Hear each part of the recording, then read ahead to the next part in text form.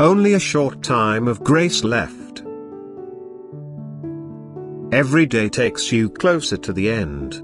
And no matter how busily you create and work for your earthly well-being, your concern will be futile, for you will be unable to enjoy the benefits of your efforts. Everything you think you can buy will be taken from you again, and you will only have few possessions to take with you into the spiritual kingdom when everything is over.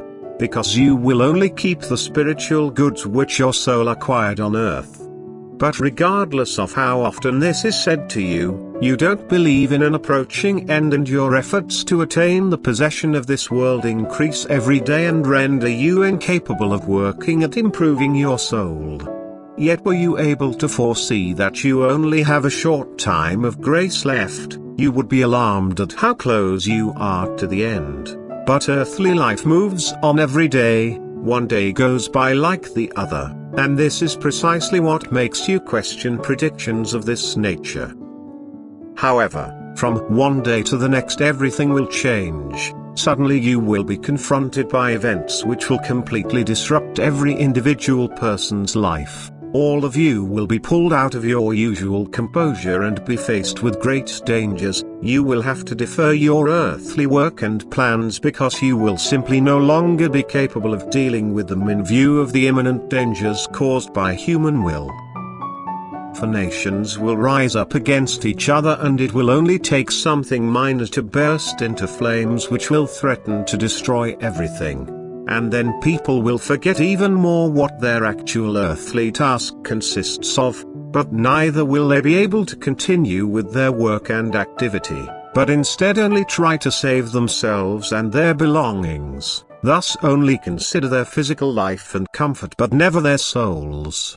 And they will have to recognize that they are powerless in the face of all events which threaten to befall them. They will appeal to people's common sense and goodwill, but to no avail. On the human side everything will take its dreaded course, but the divine side will intervene and thereby shatter human plans. Nevertheless, people will not be spared what they had anxiously feared. They will suffer the loss of all that which keeps their hearts imprisoned. They will lose everything and will be able to learn to recognize the power of God in a natural event of incredible magnitude. For the scriptures will fulfill themselves, and you human are on the verge of this whether you want to believe it or not. You carelessly only ever create and work for your physical needs and will lose everything, but you do not care to satisfy the needs of your souls.